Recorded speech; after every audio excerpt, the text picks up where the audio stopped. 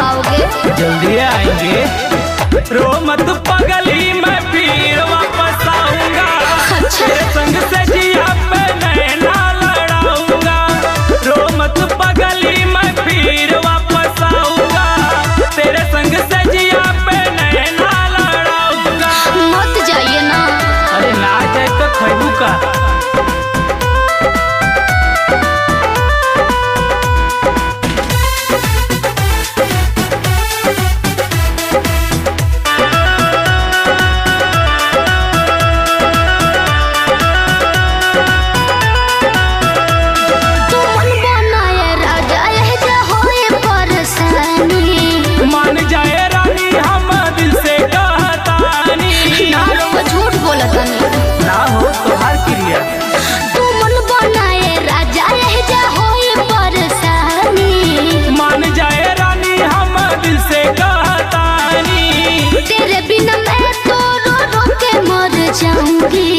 तेरे बिना मैं तो रो रो के मर जाऊंगी।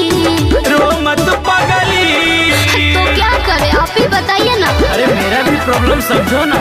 रो मत पगली, मैं फिर वापस आऊंगा। अच्छा। तेरे संग से जिया पे नैना लड़ाऊंगा। रो मत पगली, मैं फिर वापस आऊंगा। तेरे संग से जिया पे नैना लड़ाऊंगा। मत जाइए ना राजा जी।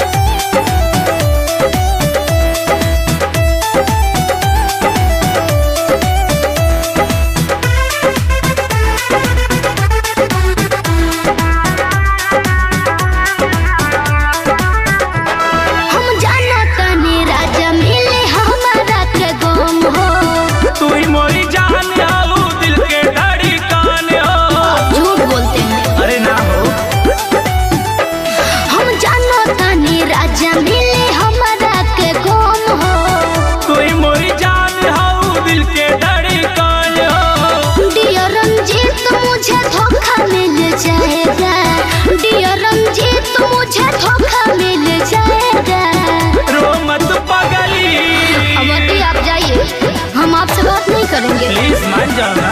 रो मत पगली, मैं फिर वापस आऊंगा। नहीं। तेरे संग से जिया पे नैना